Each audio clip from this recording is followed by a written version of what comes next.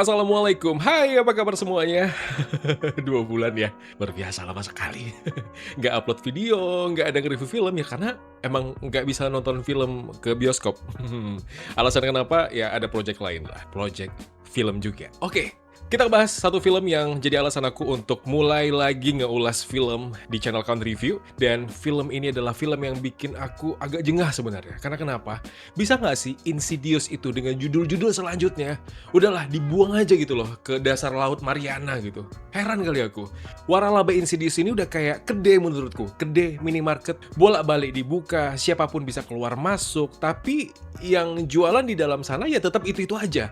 Pas pertama kali nengok judulnya Insidious Out of the Further, jelas ekspektasi aku langsung kayak anjlok gitu loh. Dalam hati aku ngebatin sendiri.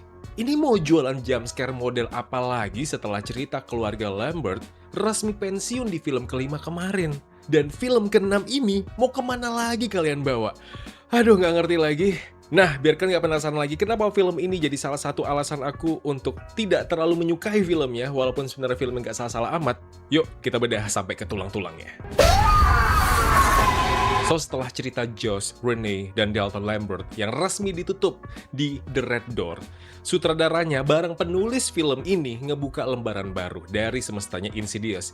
Kita resmi pamitan sama keluarga Lambert dan dikenalin sama karakter baru bernama Gemma yang diperankan sama Emily Eve. Si Gemma ini adalah seorang ibu muda. Pekerjaannya sebagai pembersih gigi, begitu dah. Nah, dia punya trauma masa lalu yang berat karena mamanya metode nyunyuh diri di rumah mereka dari sebuah tragedi yang dipicu oleh gangguan makhluk halus. Tapi uniknya, si Gemma ini punya bakat gaib atau kutukan keturunan bernama kurir. Dia nggak cuma bisa jalan-jalan ke alam The Further, tapi juga punya kemampuan khusus buat memindahkan objek fisik keluar masuk dari alam goib ke dunia nyata. So, gara-gara kemampuan langkanya ini, si Gemma langsung jadi incaran utama sosok iblis pemimpin sekte sesat bernama Cyrus. Iblis berpenampilan unik, matanya ditutup kain, jari-jarinya punya pisau besi tajam. Intinya, si Cyrus ini terkunci di alam The Further, bareng pengikut-pengikutnya yang berwujud lansia goib. Dan dia mau memanfaatkan kemampuan Gemma sebagai kurir buat menjebol gerbang dimensi demi menciptakan kiamat iblis di bumi. So, secara konsep, jebolnya benteng alam goib ke dunia nyata ini adalah ancaman dengan skala paling gede sepanjang sejarah franchise Insidious. Sayangnya, teror skala besar ini ujung-ujungnya tetap aja dieksekusi di dalam rumah tua yang gelap dan juga pengap. Sama lagi. Walaupun ceritanya kerasa formulaik, kita harus adil dan mengakui kalau sutradara film ini punya beberapa ide visual yang lumayan cerdas dan bikin merinding. Tetap ada. Dia nggak cuma ngandelin iblis kaget di balik lemari, ngemanfaatin fobia sehari-hari kita. Ada satu adegan yang paling juara di film ini di mana anak perempuan Gemma, yaitu Maya, ngebikin benteng dari bantal dan selimut di kamar tidurnya. Nah, pas si Gemma masuk ke dalam benteng bantal itu buat nyari anaknya, interior di dalam bantal itu mendadak berubah jadi ruang sempit dan bla bla bla bla bla. Aku nggak mau bocorin. Kemudian, ada di trailer juga, teror dokter gigi. Yes, buat kalian yang dari dulu fobia atau takut pergi ke dokter gigi, siap-siap dibuat ngilu dan mual. Ada beberapa adegan di mana Gemma lagi ngebersihin karang gigi pasiennya, atau pas Gemma sendiri nyongkel karang giginya yang menebal di depan cermin, ada suara gesekan, ada hal-hal yang jelas. Itu beneran bikin satu studio berhenti untuk ngunyah makanan mereka. Kemudian ada gimmick-gimmick kayak earbud lah, atau mungkin jumpscare tanpa suara menggelegar di mana ada adegan sepasang kaki mayat muncul bla bla bla bla, di mana aku sekali lagi nggak mau spoiler lebih, intinya kalian harus tonton. Beberapa hal tadi yang saya sampaikan itu cukup efektif dan ini cukup membantu sebagai pembanding bagaimana jumpscare yang dibuat dari 5 film sebelumnya dan apa yang dibuat di sutradara baru film Insidious chapter membosankan ini. Bukan Insidious namanya kalau nggak ada sosok Alice Renner. Yap, meskipun karakter ini udah meninggoy sejak film pertama, kehadiran roh Alice selalu jadi pahlawan keselamatan yang wajib hukumnya buat muncul. Nah, di film ke-6 ini, si Mbah Alice ini balik lagi buat ngebantu Gemma dari alam goib. Lucunya, kali ini komunikasi mereka dibantu sama karakter baru bernama Claire, seorang seniman tato, sekaligus medium spiritual. Karena si Alice nggak bisa ngomong langsung ke dunia nyata, nah si Claire ini ngukir gambar-gambar penglihatan goib yang dibisikin ke Alice di atas kulit jeruk bali. Yup, kalian nggak salah dengar, buah jeruk bali dijadiin media tato goib.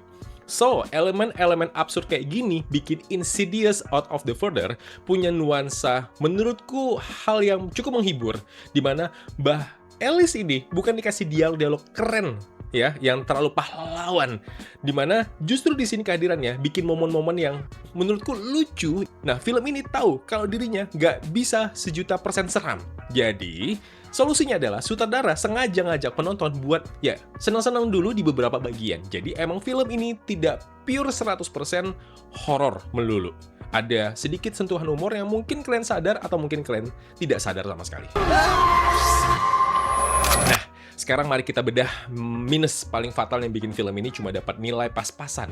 Masalah utamanya ada pada penanganan alam goib atau The Further. Pas zamannya James Wan dan juga Lee Whannell yang memegang dua film pertama, nah alam The Further itu kan digambarkan sebagai tempat yang sangat asing. Ada kabut-kabutnya, dingin, dan benar-benar emang nggak bisa diduga. Nah pas karakter Patrick Wilson lari-lari di alam kegelapan, kita sebagai penonton ikut ngerasain kepanikan yang luar biasa karena kita nggak tahu aturan main di sana. Nah, di tangan Jacob Chase, alam The Further malah kehilangan mencekamnya. Tempat ini cuma dikasih kayak ngenyaring antara dingin dan redup, tapi atmosfer paniknya hilang total. Makin banyak alam The Further dieksplorasi dan dipamerkan, tempat itu malah makin hilang nuansa misteriusnya. Dan belum lagi masalah penampakan iblis. Yap, iblis utama si Cyrus ini penampilannya kurang mengintimidasi dan kerasa terlalu manusiawi. Atau cameo iblis-iblis lain yang pernah muncul ini dijadikan fan service, tempelan berdurasi beberapa detik demi memicu efek kaget sesaat, tanpa ngasih dampak narasi yang berarti buat jalan ceritanya. Oke, struktur naskah dan teknik terornya emang formulaik sekali. Di installment ke-6 ini, Insidious benar-benar ketahuan kalau mereka udah kehabisan ide segar dan cuma ngedaur ulang trik-trik dari film lain. Jumpscare-nya ketebak banget. Kalian udah sering nonton film horor modern, kalian pasti bisa memprediksi kapan hantunya bakal muncul.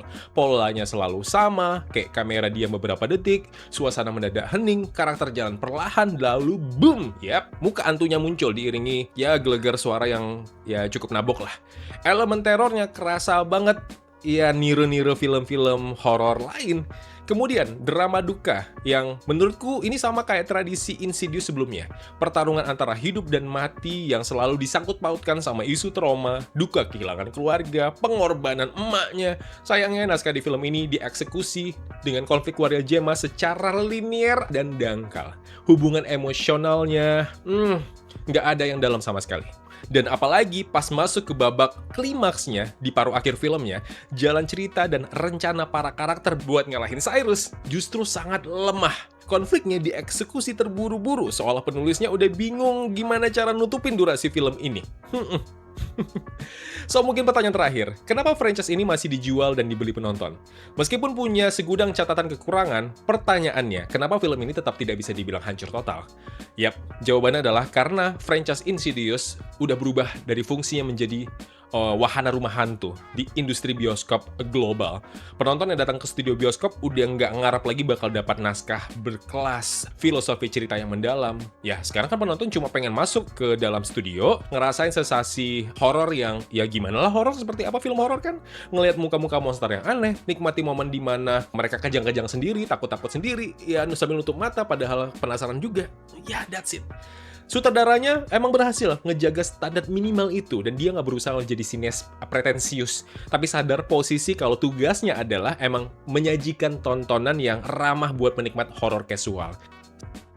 So, silahkan like video ini kalau kalian suka, silahkan dislike kalau kalian tidak sepakat dengan apa yang sudah aku sampaikan, dan share pendapat kawan-kawan di kolom komentar yang udah nonton film Insidious Out of the Further. Kalau begitu aku Zen pamit undur diri, kita ketemu lagi di video review film berikutnya. Wassalamualaikum.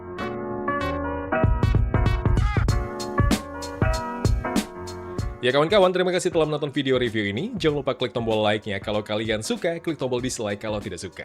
Klik juga tombol subscribe dan bell notifikasinya, biar nggak ketinggalan review-review film terupdate lainnya. Kalau begitu aku Zain pamit undur diri. Terima kasih, jaga kesehatan, tetap positif, dan jangan lupa, bahagia.